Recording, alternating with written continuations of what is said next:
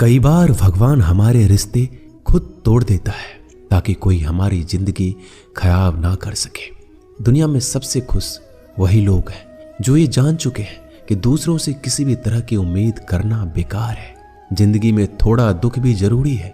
हमेशा सुख ही मिलता रहेगा तो आप कभी जिंदगी में आगे नहीं बढ़ पाओगे। ये गलत सोच है इंसानों की कि एक अकेला इंसान क्या कर सकता है। पर देखो जरा उस सूरज को जो अकेला ही सारी दुनिया को रोशन करता है।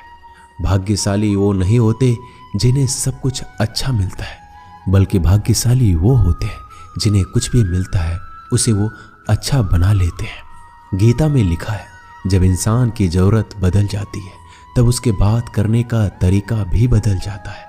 फायदा सबसे गिरी हुई चीज है, लोग उठाते ही रहते हैं। हारता वो है जो शिकायत बार बार करता है और जीतता वो है जो कोशिश 1000 बार करता है।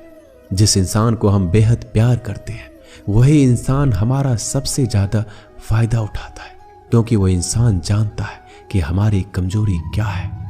इतने समझदार बनो कि किसी को माफ कर दो, लेकिन इतने बेवकूफ मत बनो कि धोखा देने वाले पर दोबारा विश्वास कर बैठो। उम्मीद मत छोड़ना, कल का दिन आज से बेहतर होगा। जिंदगी में उस लेवल तक पहुंच जाओ कि लोग आपको खोकर पछताए। जीवन में कभी भी किसी से अपनी तुलना मत कीजिए। आप जैसे हो सर्वश्रेष्ठ हो, क्योंकि ईश्वर की हर एक रचना सर्वोत्तम होती है। खुद को किसी से कम समझना ईश्वर की रचना का अपमान है। इंसान का मन ही उसका सबसे बड़ा दुश्मन और उसका सबसे बड़ा दोस्त होता है। यदि मन आपसे जीतता है तो आपका दुश्मन बन जाता है, और यदि आप मन से जीतते हो तो आपका सच्चा दोस्त बन जाता है। यदि कोई आपको नजरअंदाज करे तो बुरा मत मानना, क्योंकि लोग अक्सर अपनी हैसियत के हिसाब से चीजों को नजरअंदाज करते हैं। उन लोगों के पीछे कभी मत भागना जिन लोगों को आपकी कोई परवाह नहीं। श्री कृष्ण कहते हैं, गलती हर इंसान से होती है, लेकिन गलतियां सुधारता वही इंसान है जो दिल का साफ होता है और रिश्तों को खोना नहीं चाहता। जिंदगी का सबसे बड़ा थप्पड़ किसी से की गई उम्मीद मारती है। कभी कभी इंसान ना टूटता है ना बिखरता है, बस हार जाता है, कभी खुद से तो कभी किस्मत से तो कभी अपनों से। हर जिंदगी में खुद को समय जरूर दें, क्योंकि पहली जरूरत आप खुद हैं। याद रखना कि जरूरत से ज्यादा अच्छे बनोगे तो जरूरत से ज्यादा इस्तेमाल किए जाओगे। रिश्ते चाहे कितने भी बुरे हो उन्हें कभी मत तोड़ना, क्योंकि गंदा पानी प्यास बुझाने के काम नहीं आता, पर आग बुझाने के काम जरूर आता है। जमाना जब भी मुश्किलों में डाल देता है तो परमात्मा हजारों रास्ते निकाल ही देता है। विश्वास करने वाले से ज्यादा बेवकूफ विश्वास को तोड़ने वाला होता है, क्योंकि वह सिर्फ एक छोटे से स्वार्थ के लिए एक अच्छे इंसान को खो देता है। भलाई करते रहो पानी की तरह, बुराई खुद ही किनारे लग जाएगी कचरे की तरह। जब कोई समझे नहीं तो उसे समझाने की जरूरत ही क्या है। जब कोई माने नहीं तो उसे बताने की जरूरत ही क्या है। सच्चे दिल से किसी जरूरतमंद की मदद करके तो देखो।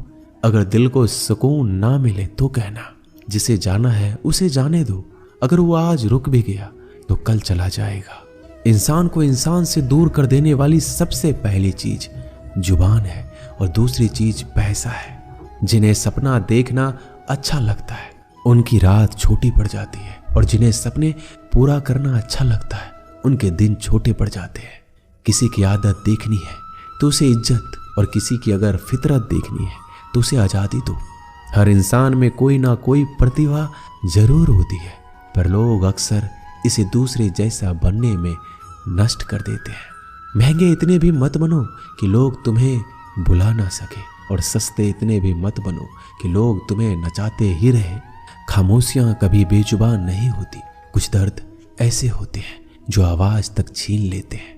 आजकल के लोग आपकी एक गलती के पीछे आपकी सारी अच्छाइयां भूल जाते हैं। जितने लोगों को समझाते जाओगे उतना ही अकेलापन और भी अच्छा लगता जाएगा।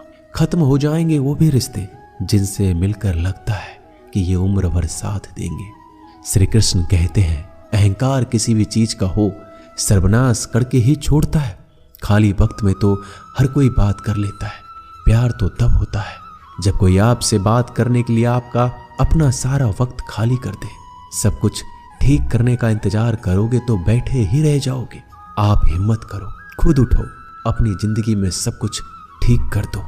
लोग पहचानना ही भूल जाए, इससे पहले अपनी पहचान बना लेनी चाहिए। एक बार एक राजा ने भगवान श्री कृष्ण का मंदिर बनवाया और उसमें मूर्ति की पूजा करने के लिए एक पंडित को रखा। हर रोज अपनी मंत्री से कहकर मंदिर में एक माला भिजवाता था और पंडित जी को वो माला श्री कृष्ण को चढ़ाना होता था। उसके बाद राजा जब दर्शन के लिए आता था तो पुजारी वो माला भगवान की मूर्ति के ऊपर से निकालकर राजा के गले में पहना देता। कई सालों तक ऐसा चलता रहा। पंडित जी अब बूढ़े हो चुके थे। एक दिन राजा की तबीयत खराब हो गई। उसने अपने सेवक को कहा कि तुम जाकर पंडित जी को माला दे आओ और उनसे कहो कि आज मेरी तबीयत खराब है, मैं आज मंदिर नहीं आ सकता, तो प्रतीक्षा ना करे।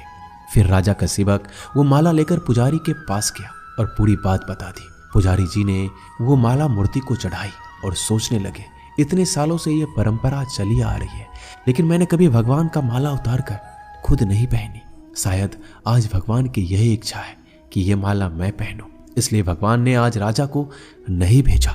इसलिए आज अच्छा मौका है, ये माला मैं निकाल कर खुद पहन लेता हूँ। फिर उस पंडित ने भगवान की मूर्ति से माला निकाल कर खुद पहन ली। इसी बीच राजा का सेवक दौड़ के पंडित के पास आया और पंडित जी को कहने लगा कि राजा जी को ठीक नहीं लग रहा है, उनकी तबीयत और बिगड़ गई है, इसलिए अब वो प्रभु के दर्शन करना चाहते हैं। वो आ रहे हैं, उनकी सवारी जल्दी अभी मंदिर में आएगी। उन्हें लगा कि ये परंपरा कहीं टूट ना जाए, इसलिए वो आज भी मंदिर में आ रहे हैं। जब पंडित जी को इस बात का पता चला तो उन्होंने फटाफट माला अपने गले से उतारी और जाकर फिर से भगवान की मूर्ति को चढ़ा दी। फिर कुछ देर बाद राजा वहां आए और रोज की तरह पंडित जी ने भगवान के ऊपर से माला निकाली और राजा को पहना दी। अब राजा ने उस माला को देखा तो उस माला में एक सफेद बाल नजर आया। राजा ये समझ गया कि ये बाल पंडित का है। राजा ने पुजारी से पूछा, क्या ये माला आपने पहनी थी? इसमें सफेद बाल कहां से आया? यह सुनकर पुजारी जी घबरा गए।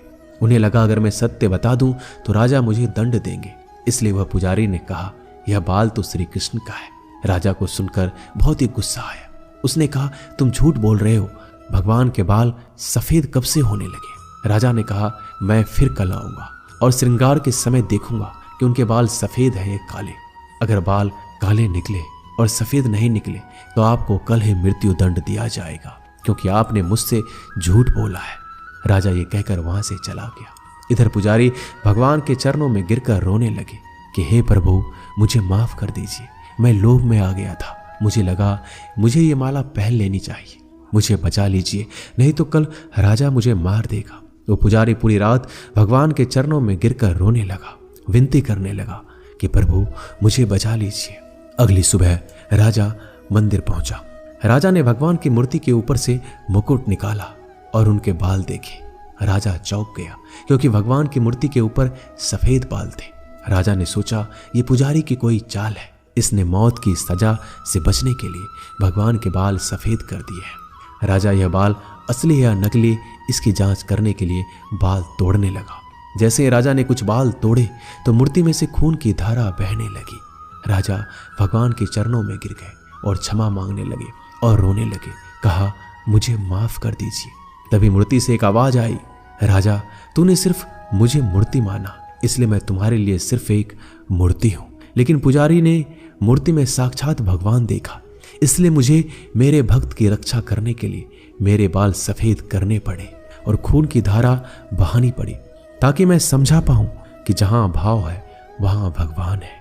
अगर आप वाकई में भगवान का स्मरण करते हैं, उन्हें देखना चाहते हैं, तो आपके अंदर सिर्फ भाव होना चाहिए। ये एक छोटी सी कहानी हमें शिक्षा देती है कि भगवान के आशीर्वाद के सिवाय कुछ भी संभव नहीं। अगर आप सच्चे दिल से भगवान को पुकारते हैं तो भगवान आपकी मदद के लिए जरूर आते हैं। दोस्तों, ये वीडियो यहीं समाप्त होती है। मिलते हैं अगले वीडियो।